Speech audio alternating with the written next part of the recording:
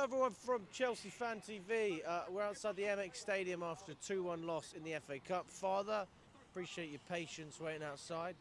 What's your thoughts on what you've seen? You know what? The only thing good about today is I can get to the chicken shop because I'm hungry and I'm starving as well. Honestly, it's like 3 wins in 11 since the festive period in December. I'm not going to get mad on everything that happened today because that last 11 matches, it makes me to want to guess that we've been found out. And I think we've been found out big time since the Fulham game. And I think it's just complete damaging defeat after defeat, lost points after lost points. Yeah, we beat Morecambe, well done. We beat Wolves, the shit team as well done. We beat West Ham, who hasn't been on form this season, well done. But that was on that Monday win, that was papering over the cracks. And we've just run out of paper. I'm not going to get into Maresca deeply enough because I know he's been set up to fail by this board. And the fact that we've been asking a lot of reinforcement a couple of times this season, and from today's game perspective, it's just that it sums up the whole plan from the start of the summer up until now. It's been a massive failure. We haven't brought anyone in that kind of like give us a spot, you know. Yes, I could say I can give you a list of players that we sign in, toss in Felix Neto. I said thank you very much, but we've been crying out loud for a clinical striker since Diego Costa. It's jarring, man. It's very frustrating what we're watching on the pitch.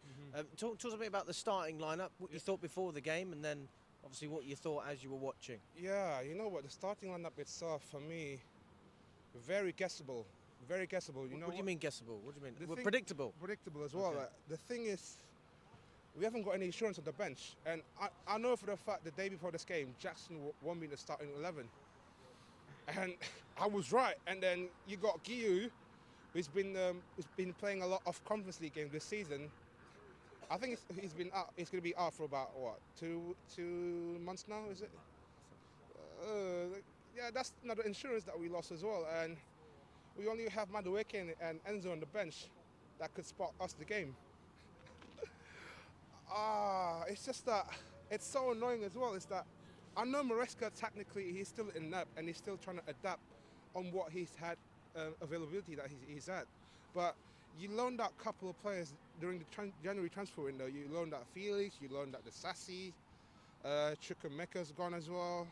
And those three players that we could have brought on today to make something change, you know. And again, we're going to do the same thing again on Friday if Jackson's not playing on Friday, though. That's the thing.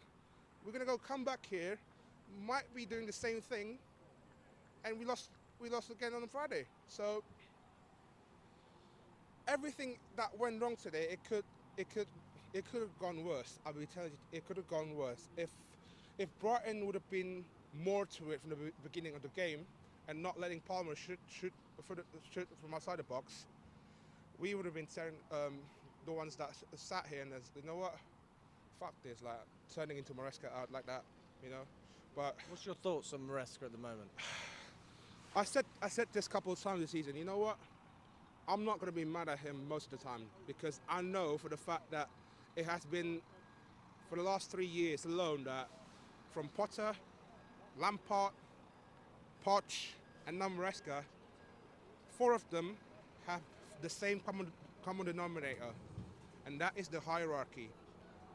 I said to you a minute ago, or 2 minutes ago, that those 4 coaches have been set up to fail by these board because we've been targeting underage kids, 16-year-old after 16-year-old after 16-year-old after 16-year-old. On Monday, I said to you, we've been linked for about 49 players.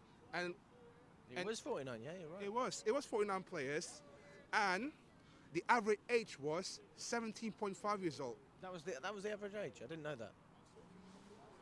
I graduated from mathematics. I can do math, you know. No, I'm not saying you can't. I didn't know that. I wasn't aware. Honestly, if you look at if you look at the list that I gave you on Monday, just do that calculator by yourself at home. 17 and a half. It tells you everything that you want to do long term, fine.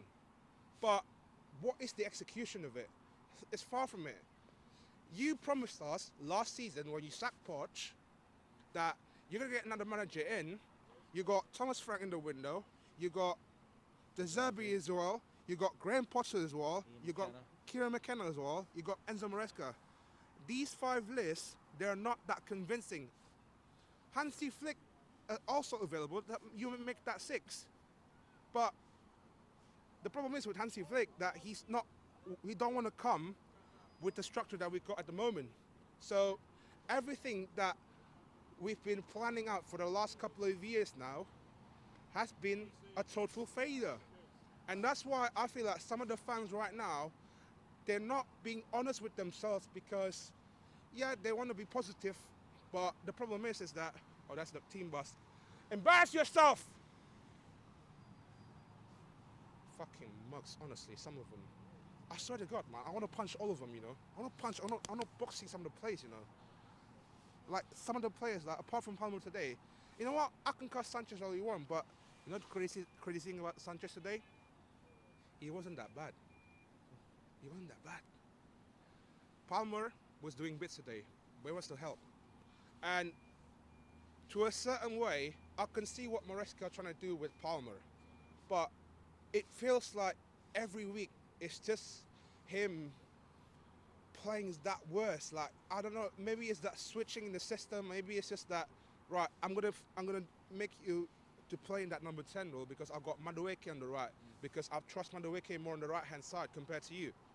But last season, I saw Poch playing a Palmer on the right-hand side, and he has been more effective.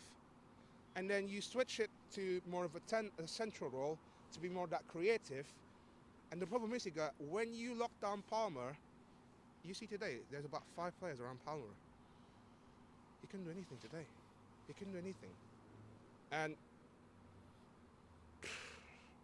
on Friday, I don't know what's going to happen to Chelsea. Is Jackson going to come back? If so, we all know his confidence is not that good at the moment, but boy, it's going to be a long Valentine's night, you know? I know it's like, it's a love season, but it's a love and hate relationship at the moment with Chelsea. And there's one thing as well that I forgot to mention. Live Nation UK is the sleeve sponsor. Have you seen that? What? The sleeve sponsor this morning. Have you seen that? What sponsor? Live Nation UK. Live Nation UK. Yeah. What about them? Essentially, that's another ticket sales off, like outside of Chelsea. So we're talking about another version of Vivid Seats. Yeah, you got Vivid Seats, you got StubHub, you got Live Football tickets, you got StubNet, whatever, Fiagogo, Live Nation UK. So that's official outside ticket sales outside of Chelsea.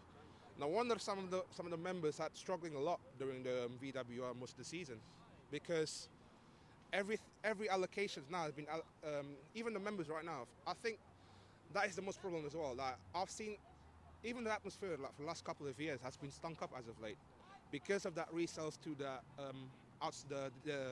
ticket sales, the ones that I mentioned to you.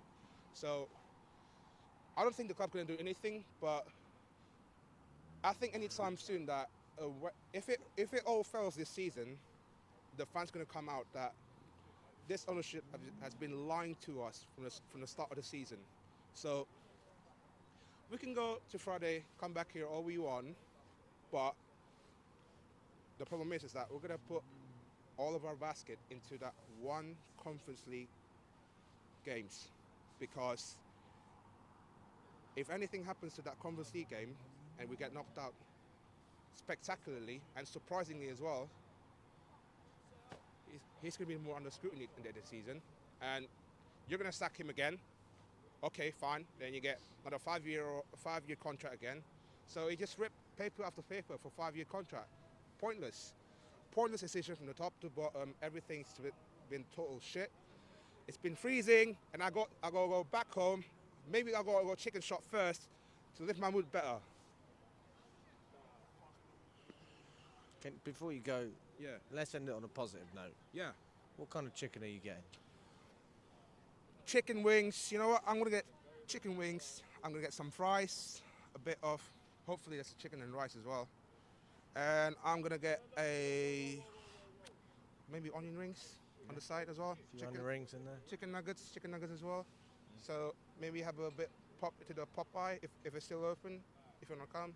What kind of sauce are you going for? Spicy chili sauce, like hot chili. Like You need some spice after this one. The thing, the ones like Pepe's, you know. You've been to Pepe's before? I've been to Pepe's, yeah. That's the thing. That's the kind of food that I want to have today. Thank you very much, Father. Thank you, mate.